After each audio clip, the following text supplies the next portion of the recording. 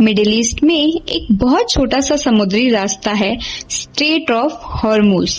दुनिया का बड़ा ऑयल ट्रेड इसी रास्ते से गुजरता है, इसीलिए इसे दुनिया का सबसे इम्पोर्टेंट ऑयल रूट कहा जाता है। Welcome back to Truenest. कुछ सवाल ऐसे होते हैं जिनका जवाब आज भी एक मिस्ट्री बना हुआ है, तो चलिए आज एक और अनसॉल्व्ड स्टोरी को एक्सप्लोर करते हैं ऑन ट्रूनेस्ट। लेकिन एक्सपर्ट सिर्फ इसे ऑयल रूट नहीं बल्कि डिजिटल चोक पॉइंट भी कहते हैं, क्योंकि यूरोप, एशिया और मिडिल ईस्ट को जोड़ने वाली कई मेजर इंटरनेट केबल इस एरिया के नीचे से गुजरती हैं। अब यहाँ सबसे इम्पोर्टेंट चीज आती है।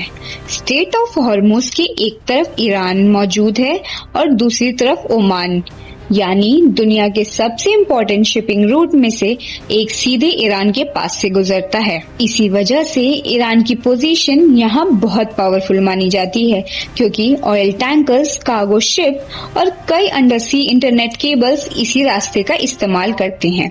और यही कारण है कि जब भी मिडिल ईस्ट में टेंशन बढ़ती है तो पूरी दुनिया की नजर हॉर्मुज और ईरान पर चली जाती है। कभी ऑयल टैंकर क्राइसिस, कभी मिलिट्री टेंशन, कभी वॉर थ्रेट्स। इसी वजह से एक्सपर्ट मानते हैं कि अगर इस एरिया में बड़ा कॉन्फ्लिक्ट हुआ तो इंटरनेट इंफ्रास्ट्रक्चर भी खतरे में आ सकता है। अब सवाल ये है कि अगर इन केबल्स को कुछ हो जाए तो क्या होगा? क्या इंटरनेट पूरी तरीके से बंद हो जाएगा? नहीं, इंटरनेट पूरी तरह से बंद नहीं होगा, लेकिन दुनिया के कई हिस्से में मैसिव स्लो डाउन और डिस्ट्रप्शन आ सकता है। वेबसाइट स्लो हो सकती हैं, इंटरनेशनल बैंकिंग इफेक्ट हो सकती हैं, क्लाउड सर्विसेज डाउन हो सकती हैं और ग्लोबल कम्युनिकेशन पर असर पड़ सकता है, क्योंकि पूरी दुनिया का डाटा कुछ लिमिटेड रूट्स पर डिपेंड करता है। सबसे इंटरेस्टिंग बात ये है, इन फाइबर ऑप्टिक केबल्स के अंदर असल में लाइट ट्रैवल करती है।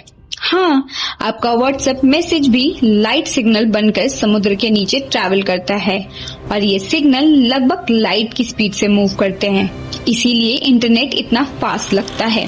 और ये सिर्फ थ्योरी नहीं है। 2008 में मेडिटेरियन सी में कुछ अंडर वाटर केबल्स डैमेज हुई थी। के बाद इंडिया, मिडिल ईस्ट और कई देशों की इंटरनेट स्पीड काफी स्लो हो गई थी। कई ऑनलाइन सर्विसेज प्रभावित हुई थी। तभी दुनिया को एहसास हुआ कि इंटरनेट जितना पावरफुल है उतना ही नाजुक भी। अब सबसे बड़ा सवाल, अगर हॉर्मुज रूट में प्रॉब्लम हुई तो इंडिया पर क्या असर पड़ेगा? एक्सपर्ट्स के मुताबिक इंडिया का इंटरनेट पूरी तरह बंद नहीं होगा, क्योंकि इंडिया के पास मल्टीपल केबल रूट्स है, लेकिन इंटरनेशनल ट्रैफिक पर असर आ सकता है। फॉरेन वेबसाइट स्लो होना, गेमिंग पिंग बढ़ना, क्लाउड सर्विसेज डिले होना, इंटरनेशनल सर्विस वाली ऐप स्लो पड़ना। मतलब इंटरनेट खत्म नहीं होगा, लेकिन असर महसूस जरूर होगा। सबसे शॉकिंग बात यह है कि दुनिया की सबसे modern technology AI, cloud computing, social media, online banking असल में समुद्र के नीचे पड़ी केबल्स पर डिपेंड करती हैं।